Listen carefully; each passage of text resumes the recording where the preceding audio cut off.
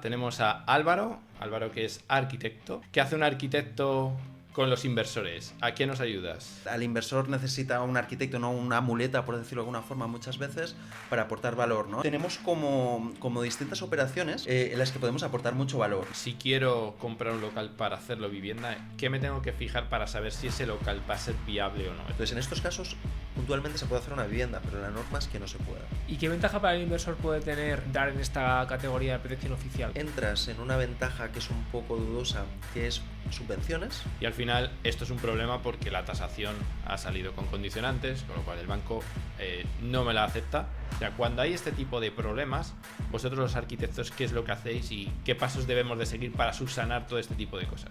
Rubén, es mucho más sencillo de lo que parece. Bienvenidos a Nice to Meet You. Buenas, Christopher. Hola Rubén, ¿qué tal? Bueno, hoy tenemos otra entrevista. Tenemos a Álvaro que es arquitecto. Y vamos a hablar de temas muy interesantes que últimamente estamos escuchando a muchos inversores que están haciendo cosas como cambios de uso de locales, segregación de apartamentos, que el otro día estuvimos hablando con Marina también sobre estos temas. Y bueno, nos viene a contar un poco qué cosas hay que tener en cuenta, qué cosas se hacen. Aunque sabemos que la legislación en este país hay 8.020 legislaciones, una por cada pueblo. Pero bueno, vamos a intentar dar algo general para que veamos. Así que bienvenido, Álvaro. Pues muchas gracias, Rubén, muchas gracias, Christopher. Un placer estar aquí con vosotros y compartir este espacio con vuestros oyentes. Bueno, Pues, explícanos qué hace un arquitecto con los inversores. ¿A qué nos ayudas?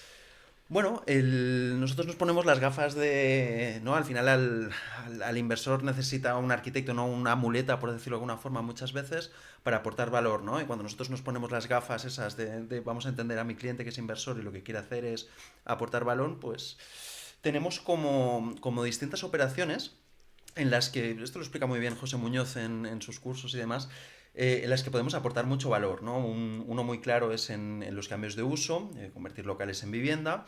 Obviamente un local ahora mismo en Barcelona, en el barrio más caro, pues podemos estar en 1.800, 2.000 euros. Y hablo, por ejemplo, de Sarriá. Saltas a una vivienda, pues nos estamos moviendo ya alrededor de 5.000, 6.000, 7.000 euros el metro cuadrado. Entonces, claro, es un aumento de valor muy potente y además que está solventando un problema social que en Barcelona lo tenemos muy acuciado, que es se dispara el precio de la vivienda por la escasez que hay. Entonces es una forma de compensar este problema, ¿no? Y matamos en este sentido dos pájaros de un tiro, me parece, ¿no? Todos sabemos el impacto que ha tenido, pues desde la pandemia se ha visto muchísimo más claro, ¿no? Pero desde que apareció Internet, pues el comercio digital cada vez ha ido cogiendo más fuerza, ¿no? Y realmente se están vaciando los locales, da incluso en algunas zonas pues penilla, ¿no? Es que está todo cerrado, sí. y no hay forma de solucionarlo. Hay administraciones que lo facilitan más que otras, ¿no? Lo hablábamos antes en Madrid, por ejemplo, pues datos oficiales, ¿no? De hace un mesecito, en Madrid el año pasado 2.000 cambios de uso de local a vivienda, en Barcelona 70. Entonces es como muy elocuente, ¿no? Claro. Entonces, respondiendo también a tu pregunta, no quedándome solo con los cambios de uso, pues hay otros factores, ¿no? Las segregaciones. ¿Qué pasa? En zonas en las que hay mucha vivienda grande y lo que interesa porque hay ausencia es de viviendas pequeñas, pues se trata de partir estas viviendas. Al final tú generas una nueva vivienda y la operación es muy parecida a la del cambio de uso, porque cuando partes una vivienda te quedas con una antigua y haces una nueva que debe de cumplir toda la legislación vigente a rajatabla. Una pregunta, perdón, sobre esa legislación. ¿Esa legislación es municipal o es municipal, no? Esa legislación es primero a nivel estatal con el Código Técnico de la Edificación, luego saltas a autónoma, normalmente hay unos decretos de habitabilidad para cada zona, y como en cada comunidad autónoma y en cada ciudad, pues te pongo un ejemplo muy divertido, ¿no? Debemos de ser más gordos en Barcelona que en Tarragona, pues porque en Tarragona y en toda Cataluña la superficie mínima de la vivienda son 36 metros cuadrados, en Barcelona es 40, como se acaban de poner a vosotros también aquí en Madrid, sí. ¿No? Entonces habéis engordado. Bueno, yo también te digo, yo una casa de menos de 40 metros lo veo un poco, no sé. Pero son estudios, claro, un estudio puede sacar mucho partido en menos espacio, entiendo, Sí, ¿no? sí, pero aún así, bueno, no sé. Yo es que a mí siempre me ha gustado vivir en casas grandes, entonces... Hablábamos con Christopher, viniendo en el coche, un caso concreto de... Otra aportación de valor, ¿no? En este caso no era cambio de uso, no era una operación urbanística, sino era darle un valor estético y de distribución, ¿no? De capacidad de ver aquella vivienda un poquito distinto. Hicimos hace unos años, para unos inversores también, una vivienda en la Barceloneta. La Barceloneta es el barrio de pescadores típico de Barcelona. Son viviendas del año 1800 y son de 26, 29 metros cuadrados las más grandes. Entonces, todas ellas están troceadas en 3 habitaciones y un cuarto de baño. Entonces nosotros llegamos allí y dijimos, bueno, punto 1, vigas de madera. Ostras, qué chulo. Punto 2, tenemos ladrillo original, cascado con el tiempo, pero bonito y todavía resistente. Vamos a ponerlo en valor. Vamos a cargarnos todas estas habitaciones. Vamos a encajar la cama en un espacio de 1,70 m, que además queda como un cajón, queda muy chulo. Con un cabezal detrás y con todas las instalaciones que necesitábamos para cargar el móvil, para leer, con luz, etcétera. Y vamos también a hacer el cuarto de baño lo más pequeñito posible. Entonces, en una vivienda de 26 metros cuadrados tenemos un salón de 20 metros cuadrados. Claro, hay muy poquitas así. Y eso tiene un valor añadido. No estamos diciendo solamente que tenemos esa cama doble que funciona como dormitorio, sino que el propio sofá cama que estábamos colocando en el salón también funciona, como puede funcionar, para que duerman 2 personas. Resultado, estuvo 6 horas en Portales. Entonces, con unas rentabilidades por encima del 13%, si no recuerdo. Tampoco es una super maravilla, pero con reforma está pero bien. Haciendo reforma que te salga un 13 ya está muy bien. Está muy bien. Y sobre todo para salir en una ciudad como Barcelona. Efectivamente. Sí. Que, vamos, yo no sé cuánto inversor en Barcelona consigue esas rentabilidades que estáis comentando. Y ya hablamos también de que son rentabilidades de alquiler tradicional, con la pasividad, ¿no?, que implica ese modelo. Es decir, no sé yo cuánta gente puede en Barcelona, de una forma bastante pasiva, como pueda ser este caso, tener un 13% de rentabilidad. Sí, al final estas rentabilidades se consiguen muy bien a nivel estético, ¿no? Por un factor que ya habéis comentado en algún otro podcast, ¿no? Que es el factor enamorarse, ¿no? En Barcelona sí que tenemos un flujo muy importante de extranjeros que vienen, de holandeses, de franceses, alemanes, suizos, y llegan enamorados de una idea de ciudad, ¿no? De un mar, de una capa... Y llegan y se encuentran algo de diseño, aunque sea pequeño, está al lado del mar, ¿no? Estás a 30 segundos andando del mar. Tienes ese ambiente, ¿no? Del 1800, porque todavía se conserva en la Barceloneta, ¿no? Ese ambiente de calle, de los típicos bares y restaurantes antiguos. Y se imagina aquello como su hogar ideal, quizá no para toda la vida y para hacer una familia, pero igual si 2, 3 años, 4 o 5 los que vaya a pasar en Barcelona. O por ejemplo también, claro, al final también los modelos de familia yo creo que están cambiando bastante últimamente y bueno, yo creo que la tendencia es a tener familias cada vez más reducidas e incluso pues un perfil también que ahora mismo hay mucho, pues son personas separadas, divorciadas, gente que pues no tiene pareja y claro, son personas también quizás de una edad un poquito mayor, ¿no? Pues más de 30 años, que quizás no están en una situación en la que les apetezca estar compartiendo piso y con zonas comunes con otra gente y en vuestro caso, y sobre todo en ciudades grandes donde los precios de alquiler son tan altos, creo que es para mi gusto la solución del futuro habitacional para todos esos tipos de perfiles que a día de hoy se quedan un poquito en el limbo.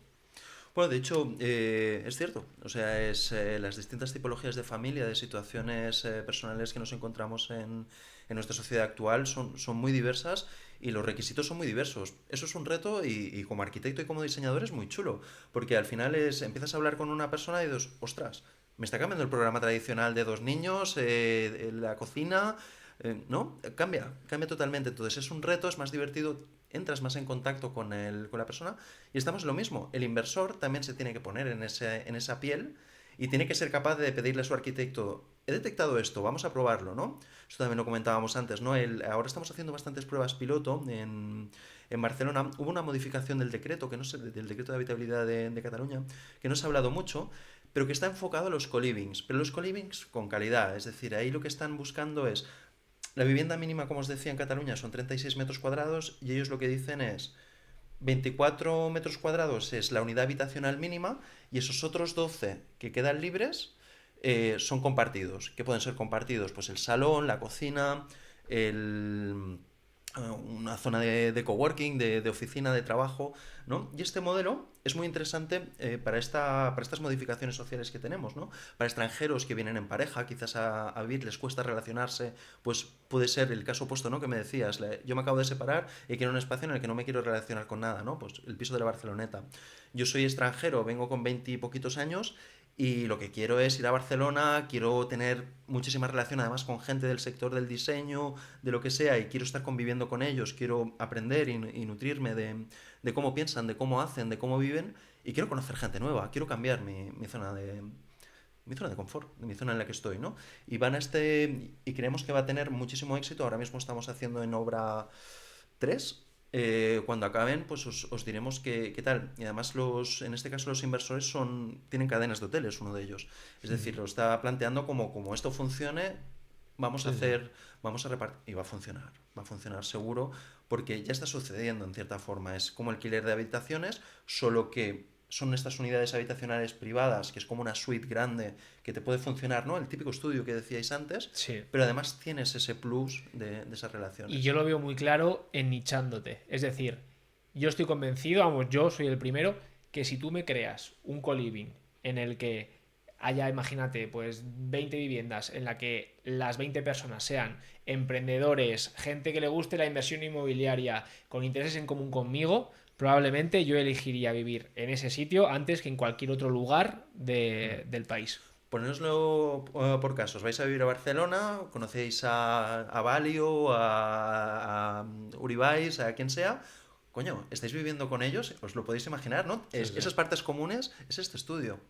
Tenéis además luego otras partes comunes en las que os reunís, veis la tele o jugáis a la Play o lo que os guste, ¿no? Y luego encima tenéis vuestro espacio en el que dormís, estáis tranquilos y podéis retiraros, ¿no? Yo creo que Ujú.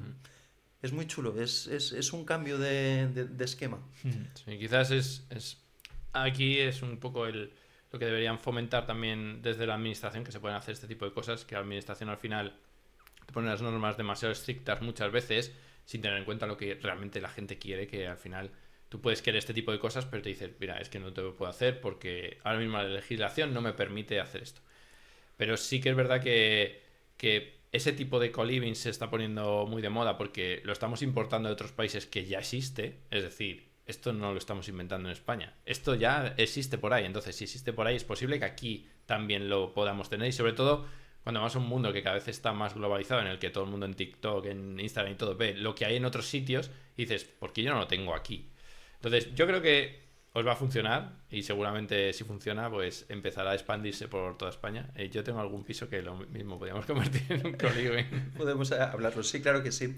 Has dicho dos cosas muy interesantes. La primera has dicho, la administración es muy restrictiva y muchas veces va por detrás de la sociedad. De hecho, normalmente va por detrás de la sociedad.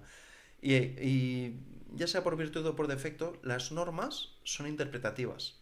¿Vale? Entonces, ahí hay un nicho en el que sí que tienes margen para hacer mucho. Y ya te digo, la sociedad siempre va por delante y somos mediterráneos al final, encontramos soluciones. Sí, sí. Siempre tenemos ahí el Sí, resquicio El para meternos por resquicio, donde sea. Vale, pues vamos a hablar un poco de esto que te comentábamos en tema de segmentación, que aquí en Madrid se está empezando a llevar bastante y como decías tú, aquí tenemos una legislación que nos dice que tenemos que tener X metros cuadrados, es decir, claro, esos metros cuadrados que me dicen, por ejemplo, yo compro un piso de 80 metros y me dice, tienes que tener mínimo 40, yo lo podría hacer en dos, pero claro, dentro de esos 40 tienes que tener pues un aseo, una cocina, etcétera, etcétera. Eso, eh, los metros cuadrados que se miden ahí, porque no es lo mismo los metros que pone en catastro con los metros que pone en nota simple, como ya te comentaré también uno de mis problemas.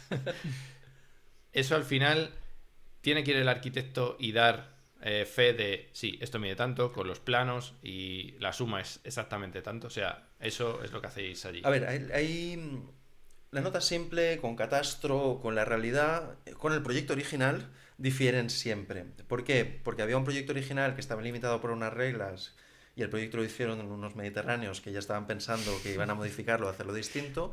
En el catastro siempre tienes la vinculación de que te vas a pagar los impuestos a través de catastro. Entonces muchas veces hay juegos de que intentaban reducirlos en catastro. Y luego tienes las escrituras, que también puede llegar a variar. lo que cuenta es la realidad. Es decir, tú cuando te tramitas un proyecto, yo doy fe. Yo como arquitecto estoy dando fe que aquello es así. Y venlo a medir, ¿vale? Ujú. Hay ayuntamientos, como es el caso de Barcelona, que a veces intentan situarse en tienes que justificarme lo del proyecto original. Eh, Eso es discutible, ¿vale? Y legalmente hablando, pues tienes la ley del suelo, la ley hipotecaria, que te dicen precisamente lo contrario. Te dicen que contra lo que tienes que trabajar es contra lo que hay. Y si han pasado, en el caso de Madrid, 4 años, en el caso de Cataluña son 6, cualquier razón para abrir un expediente urbanístico, es decir, tramitar una denuncia y obligarte a modificar aquello, si aquello ha pasado, tú trabajas contra lo que hay. Es decir, tú tienes que demostrar, siempre que entras en una... Os pongo un ejemplo muy elocuente. Hace alrededor de 2 años nos entró un edificio de la Barceloneta que en el año 36 le había caído una bomba. Se lo habían cargado, entonces lo restauraron, presentaron un proyecto y en la realidad le hicieron una planta y media más de las que ponían en el proyecto. Bueno, pues nosotros hemos certificado conforme aquello llega allí, tenemos pruebas documentales al respecto.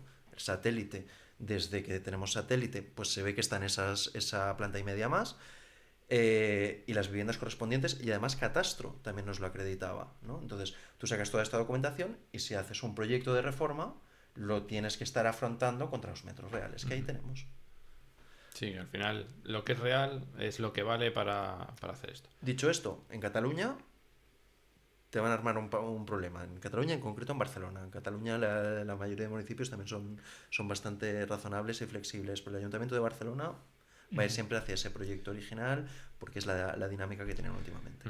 Y yo lo que estoy viendo últimamente entre los inversores es que la gente que está empezando a hacer segregación dentro del mundo de la inversión, habrá algunos obviamente que lo hagan todo completo, pero hay muchos que están empezando a segregar la vivienda a nivel físico, pero no están haciendo esa segregación a nivel de registro en el catastro.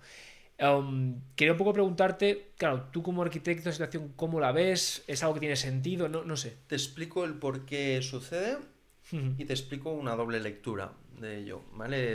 ¿Por qué sucede? Como os he comentado antes, cuando tú haces una segregación y partes una vivienda en dos, hay una que la consideras antigua, entonces se rige por las normas antiguas, y hay una que es totalmente nueva, ¿vale? En el caso, por ejemplo, de Cataluña, tenemos además, tiene que cumplir todas estas normativas de hoy, es decir, tendría que tener estos 40 metros cuadrados, tendría que, en el caso de Cataluña, pues tener ese circulito de 1,20 m delante de la puerta de entrada, del recibidor, del comedor, de una habitación, de un cuarto de baño y de la cocina, ¿no? Delante y detrás, circulito de 1,20 m. Bueno, la otra no. ¿Vale? Entonces, es posible que en muchos casos esto esté sucediendo porque no pueden cumplir eso. Otra de las razones por las que no se puede hacer es por parámetros de densidad.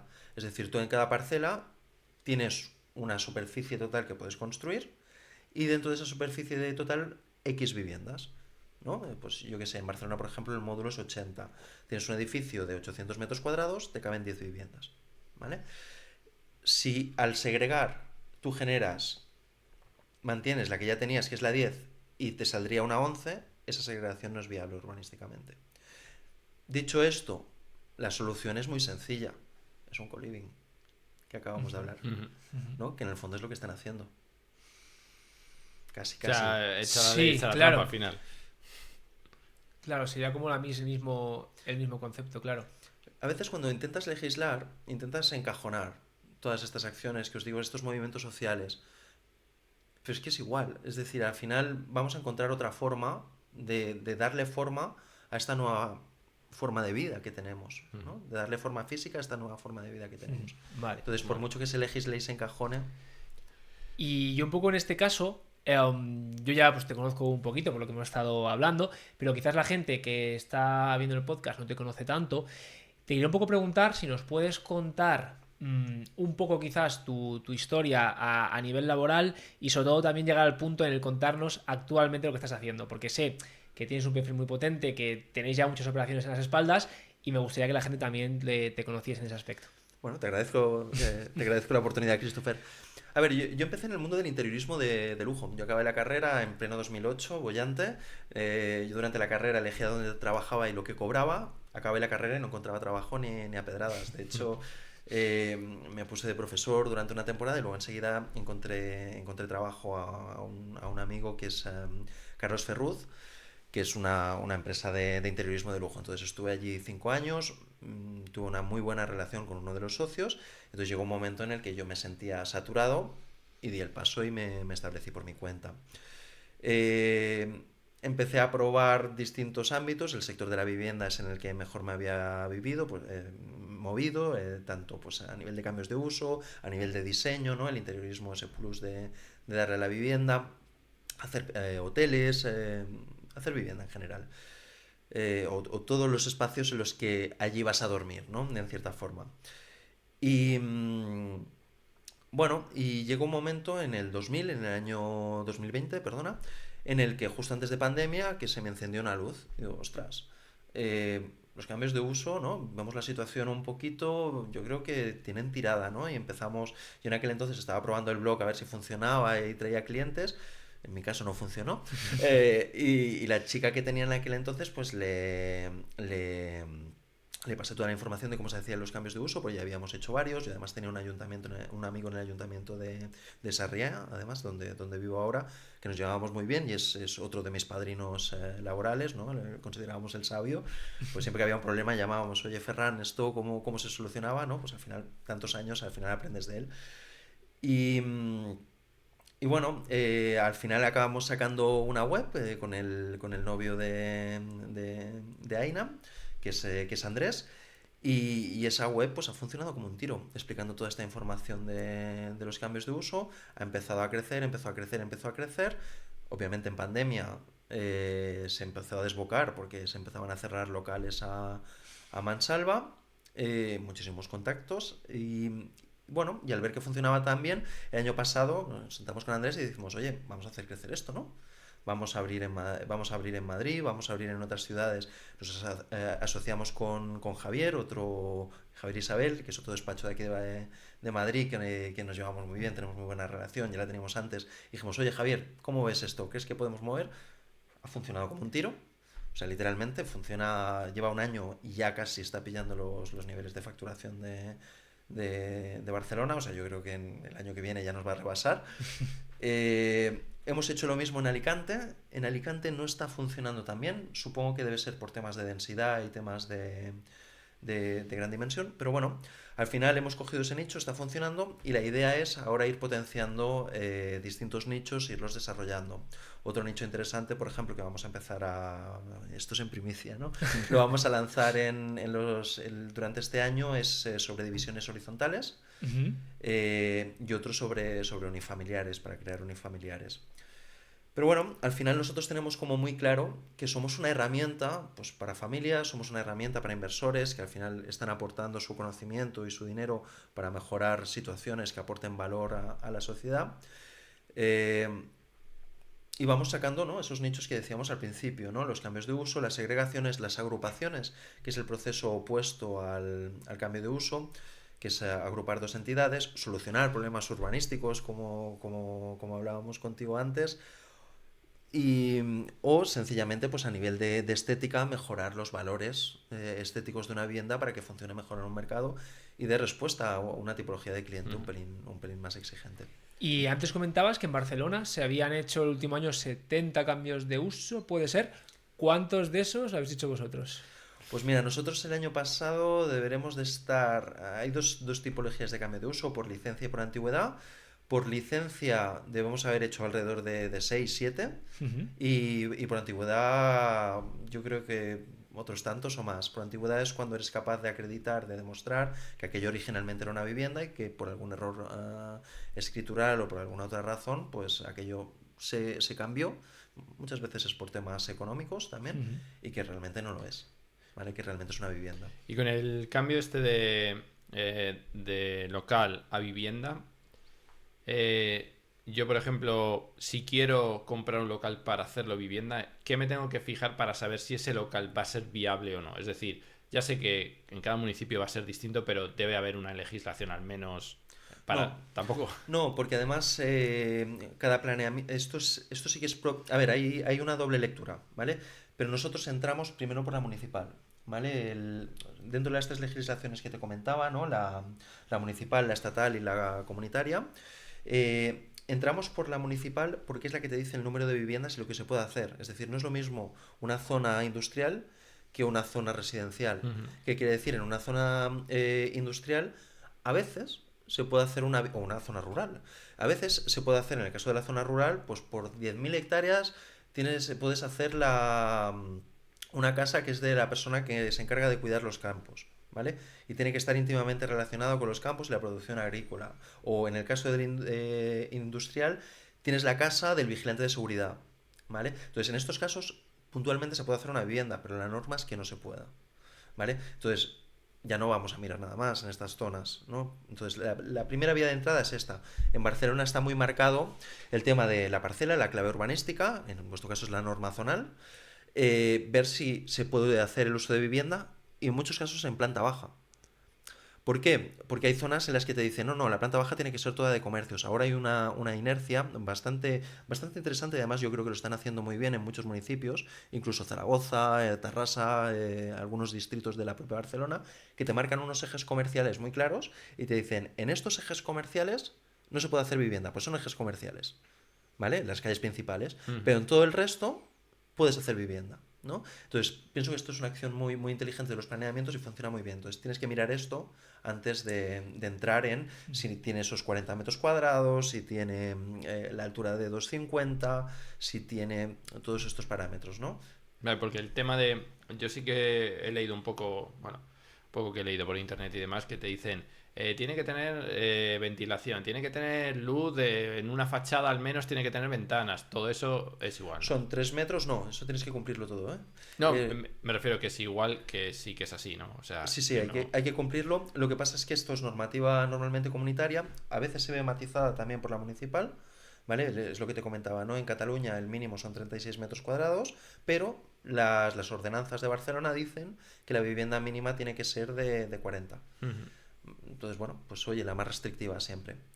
Entonces tienes que cumplir estos parámetros. Hay cosas que son en común, ¿no? Por ejemplo, en Madrid exigir los 3 metros de fachada, en Barcelona también, pero te ponen una coletilla. Tiene que haber una relación entre los metros cuadrados totales y esa fachada, que como mínimo tiene que ser 3 metros. O sea, no puede ser en plan triángulo, ¿no? Que No, tienes una fachada muy grande, pero luego todo lo demás es estrecho. exacto, Ujú. exacto. Muy interesante porque estuve viendo un local, se lo pasé además a Christopher hace poco, que te dije, bueno, pues a lo mejor el 10.º piso, en vez de ser un piso, es un local que convierto en piso. Claro, pero ahí ya empecé a leer y dije, puf, esto necesito a alguien que me diga, ¿se puede o no se puede? Porque claro, tú ves un local y este local está en una zona muy buena de Madrid, bueno, en una zona muy buena, en una zona en la que los pisos, un piso con esos metros, que eran como 120 metros, podría costar a lo mejor 250.000 euros. El local está en unos 100, 110. Claro, luego tienes que aclimatarlo y demás, pero aún así dices, oye, pues a lo mejor lo puedo, incluso puedes hacer, lo hago vivienda y luego lo vendo, o directamente me lo quedo.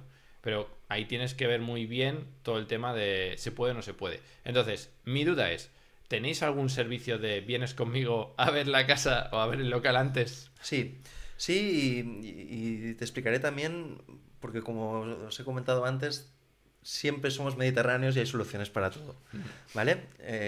Pero hay que encontrarlas y a veces hay que entrar en negociaciones, ¿no?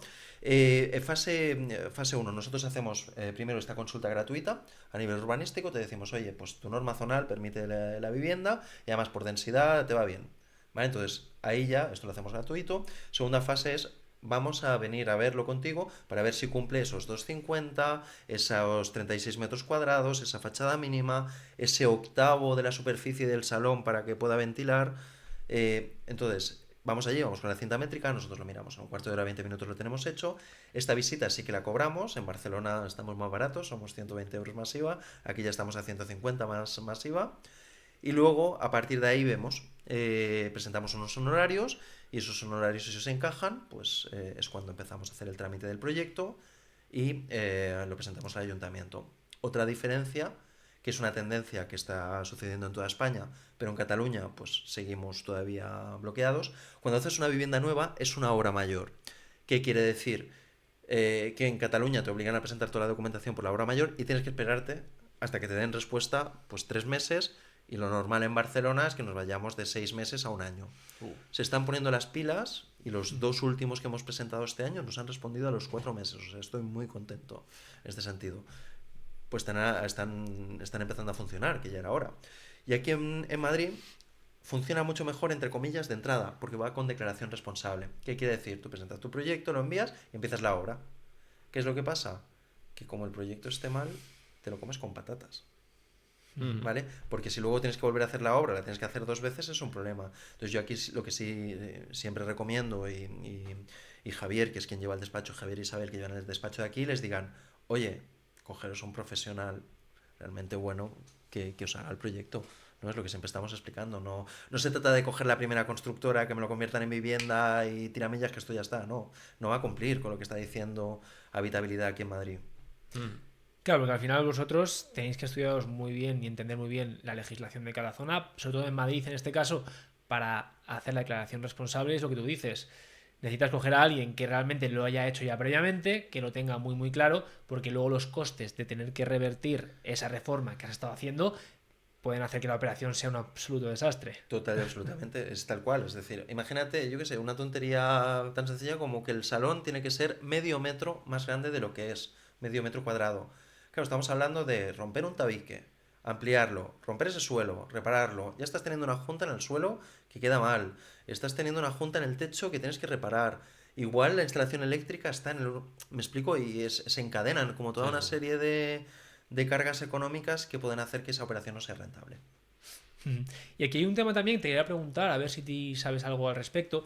No sé si en Barcelona va a ser igual, pero en Madrid, si no me equivoco, con el tema del alquiler vacacional y turístico, están empezando a poner ya mucha limitación respecto, por ejemplo, a que la persona que salga de esa vivienda alquilada por turístico, si la comunidad no quiere, no puede pasar por zonas comunes, por lo tanto no te dan licencia en un primero, un segundo o un tercero, y se está poniendo mucho de moda el tema de los bajos para turístico con salida directamente a la calle. La verdad es que no tenía conocimiento de ello, no me extraña. Igual me equivoco, o sea, pero... en Barcelona, si tú tienes una licencia turística, mientras tú no renuncies expresamente y dejes de ejercitar esa licencia, en principio no la pierdes. Claro, no, yo me refería más bien para conseguir una licencia turística que ya no tienes, un piso que quieras convertir en alquiler turístico y no tengas la licencia, a la hora de presentar, entiendo, la documentación para solicitarlo, Sí. pues si no cumple esos criterios y uno de ellos es que si la comunidad no quiere no pases por las zonas comunes, pues ya muy complicado, casi imposible que te la aprueben. A ver, mira, yo te puedo explicar, con mi familia tenemos un piso aquí en Madrid y precisamente se ha hecho un acuerdo de estas características. A ver, para que esto sea efectivo a nivel comunitario, lo primero es, se tiene que convocar una junta, se tiene que hacer oficializar, se tiene que inscribir en los estatutos de la comunidad, y en Madrid es más sencillo, pues son 3/5 de la comunidad, o sea, es un 60%, pues en Cataluña son 4/5. Yo he vivido esta situación en uno de mis pisos. Mi intención era hacerlo de larga duración, o sea, en este sentido no me afectaba, pero sí que hubo 4 o 5 vecinos que dijeron, ostras, pero es que además está en la calle Ventura de la Vega, está justo detrás de la Plaza Santana. Entonces digo, ostras, si me estás negando la posibilidad de que yo lo haga turístico, este piso que es mío, me estás quitando absolutamente una posibilidad de rentabilidad muy potente. Entonces, muchos de los propios vecinos eran conscientes en ese momento de la votación que igual se estaban tirando piedras sobre su propio tejado. Entonces, hay que ser muy consciente y explicarlo muy bien a las comunidades cuando tomen estas decisiones. Otra cosa es una explotación bestia, ¿no? Si tú es un edificio en el que viven familias y hay una vivienda turística y esta vivienda turística, pues yo qué sé, nos vienen hooligans y nos lo revientan cada partido yo qué sé, del Madrid o de tal, pues hombre, eso yo entiendo que debe de estar legislado y no debería de funcionar Claro, así. pero por ejemplo, con lo que hacéis vosotros de los cambios de uso, entiendo que muchas de estas problemáticas te las quitas, porque oye, al final es un cambio de uso preparado para que la salida sea directamente a exterior y ala, ahí ya puedes rentabilizar turístico, que supongo que también puede ser uno de los motivos por los cuales también coja pues y crezca el mercado, ¿no? de los cambios de uso a vivienda, aparte de por la propia rentabilidad de hacer el cambio y alquilarlo o venderlo, porque también te facilita mucho esa explotación turística, quizás. Los locales en planta baja tienen muchas virtudes para convertirlos en vivienda. Una es esta que estás diciendo, es muy interesante y de esta forma no molestas a la comunidad y sencillamente le estás dando un uso y un movimiento a ese local vacío que es fantástico. Pero también otro cambio social que nos estamos encontrando es que la sociedad está envejeciendo mucho, Mm. ¿vale? Nuestros padres, nuestros abuelos, que todavía viven y tienen esperanzas de vida muy largas, vivir en un bajo para ellos es muy interesante. No tienen que subir Mm. escaleras, no tienen que depender de que un ascensor se estropee. Estamos hablando de que los jóvenes, mientras están durante la carrera y demás, tienen dificultades de acceso a la vivienda. Los locales en planta baja siempre serán viviendas que no tendrán las mismas características, aunque pueden ser muy chulos que un edificio en la misma zona y pueden ser mucho más accesibles, ¿no? Dentro de estos movimientos municipales que hablábamos también hay un movimiento que a priori puede parecer negativo para las rentabilidades, que es convertirlos en viviendas de protección oficial, pero hay que cuidar, hay que mirarlo muy bien. Es decir, en Barcelona estamos haciendo bastantes cambios de uso en una zona en un barrio, en un distrito que se llama No Barris, y que en planta baja nos obligan a que sean de protección oficial, pero es que el precio de venta de una vivienda allí son 2.400, 2.800 y el precio de protección oficial nos pone únicamente el límite en 3.000 euros el metro cuadrado. Es decir, lo vas a poder seguir vendiendo Ujú. A menor a esos precio. parámetros y no te está afectando realmente. Te está afectando que solo se lo puedes vender a esas personas que están dentro de la bolsa de solicitantes de protección oficial, pero seguramente lo puedas vender. ¿Y qué ventaja para el inversor puede tener el entrar en esta categoría de protección oficial con sus cambios de uso? En esta categoría de protección oficial entras en una ventaja que es un poco dudosa, que es subvenciones. Es decir, el ayuntamiento muchas veces pone dinero y en el caso de Cataluña la Generalitat también pone dinero. Desventajas, tiene limitado el precio máximo de alquiler, tiene limitado el precio máximo de venta, pero si estás por debajo en el mercado libre de esos precios, pues en principio tampoco te tiene por qué afectar y te tiene por qué preocupar en Muy bien. exceso. Es preocupante porque sí que limitas, obviamente, el potencial comprador o el potencial inquilino. Muy bien. Vamos a cambiar un poco de tercio. Vamos a hablar un poco de lo que estábamos hablando antes, de ¿Vale? mis, de mis dudas con mi tasación y con mi registro. Estábamos hablando antes que, bueno, vuelvo a contar un poco que tengo una vivienda en la que la tasación ha dicho que no casa los datos de catastro con los datos de nota simple. Y al final esto es un problema porque la tasación ha salido con condicionantes, con lo cual el banco no me la acepta porque tiene esa condicionante y me dicen que antes de poder aceptarla se tienen que quitar las condicionantes. Básicamente la condicionante es que para la nota simple es una única planta con 40 metros, pero medido real son ciento y pico metros, son tres plantas y en catastro figura que tiene tres plantas. Entonces estamos hablando antes y me has dicho una solución. O sea, cuando hay este tipo de problemas, vosotros los arquitectos, ¿qué es lo que hacéis y qué pasos debemos de seguir para subsanar todo este tipo de cosas? Rubén, es mucho más sencillo de lo que parece. A veces cuando nos encontramos con un problema de estos registrales se nos hace una bola inmensa y realmente es muy sencillo. Aquí lo que tenemos que hacer es miramos la ley del suelo y la ley del suelo dice que todo aquello que haya prescrito el tiempo en el que se le puede abrir un expediente urbanístico y que actualmente no tenga abierto un expediente urbanístico, se puede inscribir.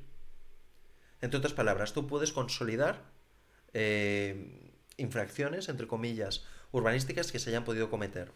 Esto está enfocado, sobre todo, para que entendáis el espíritu de la norma, a los típicos caserones que hay en el campo, ¿vale? Aquellos caserones obviamente nunca se han hecho con licencia. Antiguamente, en los años 70, había muchísima gente que hacía autoconstrucción. Pues es para legalizar todas estas situaciones.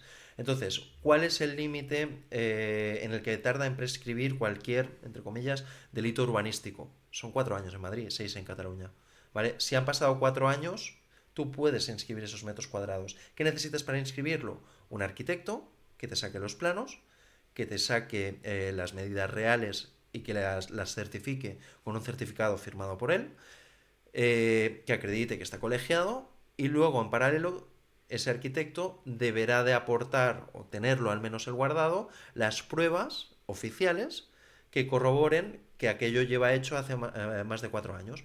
¿Cuáles son las pruebas en tu caso? El satélite, seguramente tendréis un satélite oficial en Madrid, pues sacas esas imágenes que son históricas del satélite y allí se pueden ver.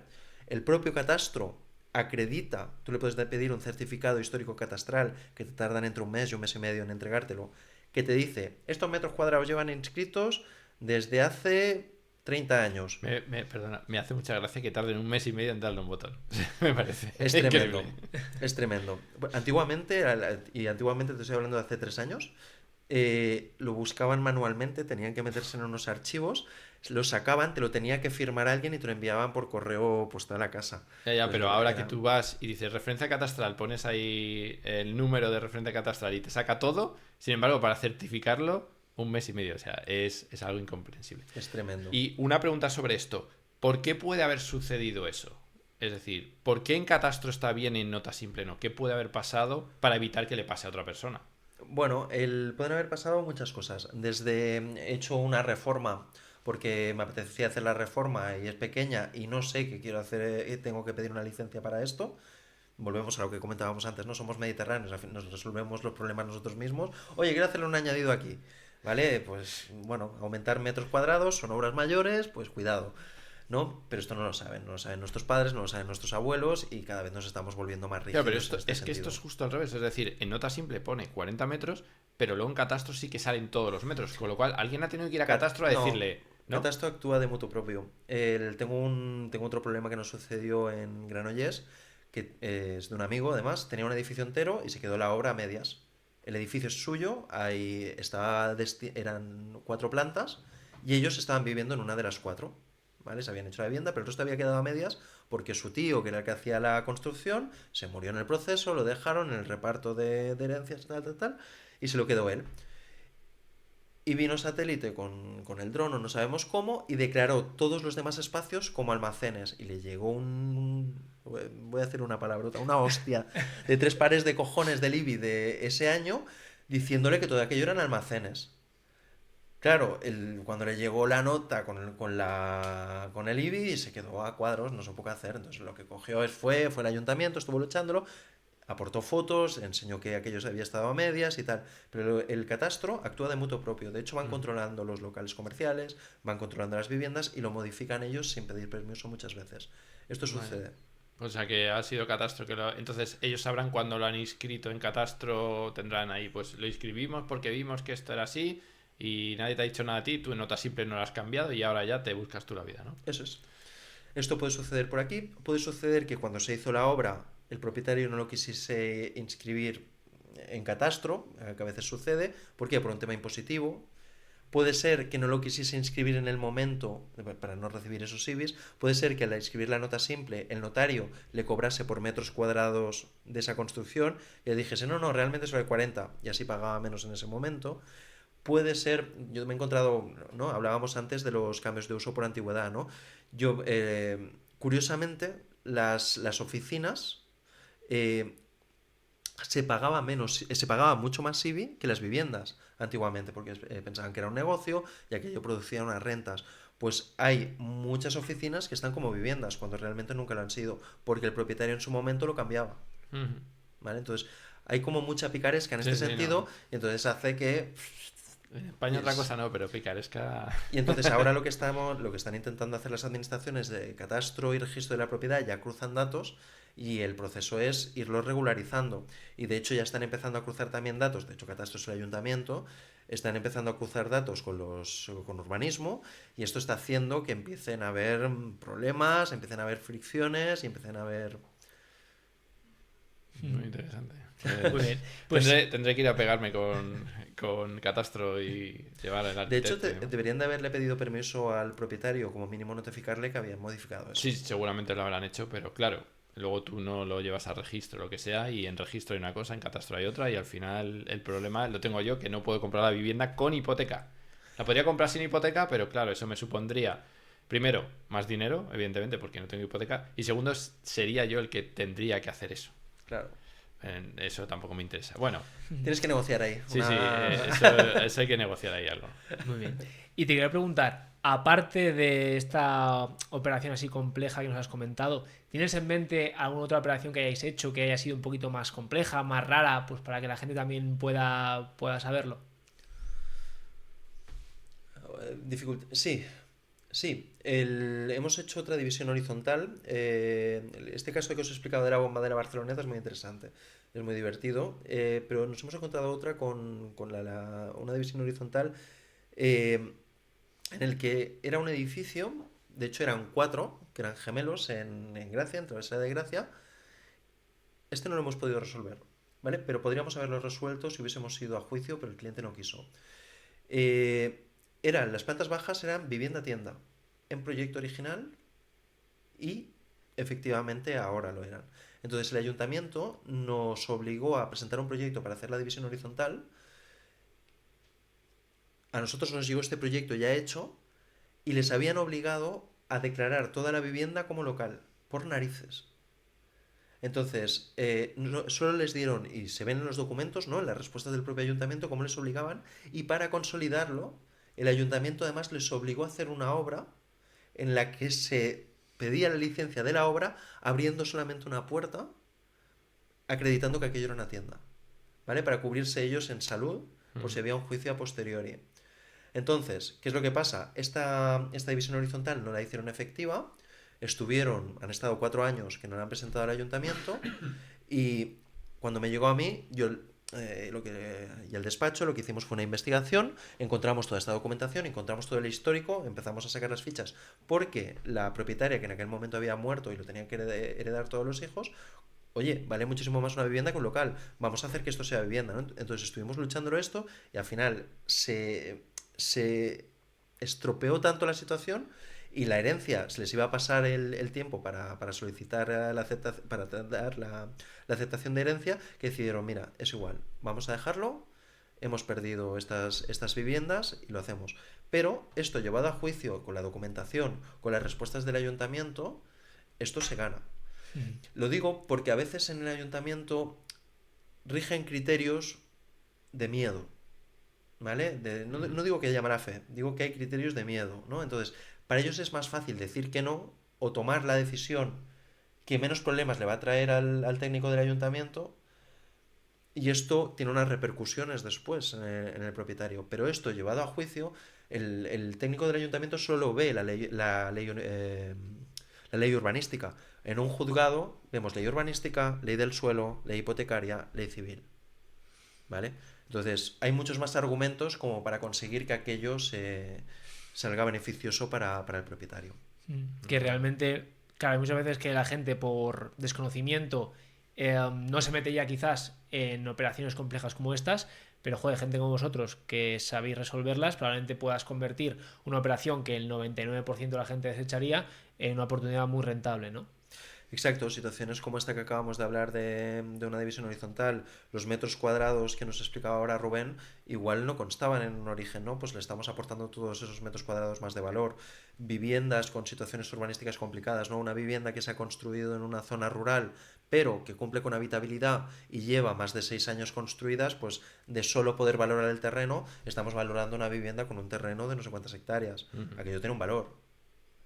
Entonces sí, solucionar este tipo de problemas, regularizar, legalizar segregaciones, como me comentabais, regularizar todas estas situaciones es interesante, se le aporta un valor, haces las cosas bien, las dejas bien para el propietario, las dejas bien para el ayuntamiento y es bueno, es beneficioso para todos al final.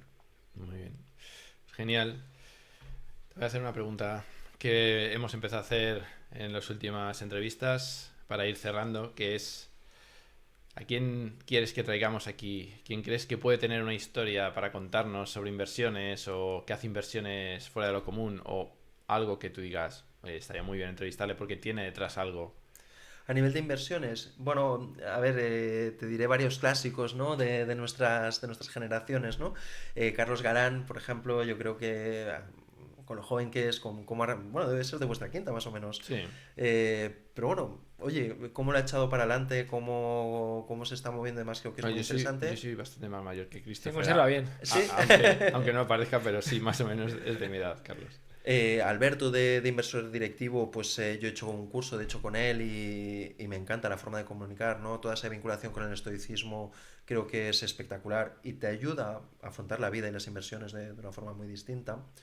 Eh, no sé, también sigo son más de empresa, ¿no? Pero también te hablan muchas veces de inversiones, ¿no? A Sergio Fernández, no sé si lo conocéis. Sí. No sé si vendría aquí a hablar de inversiones.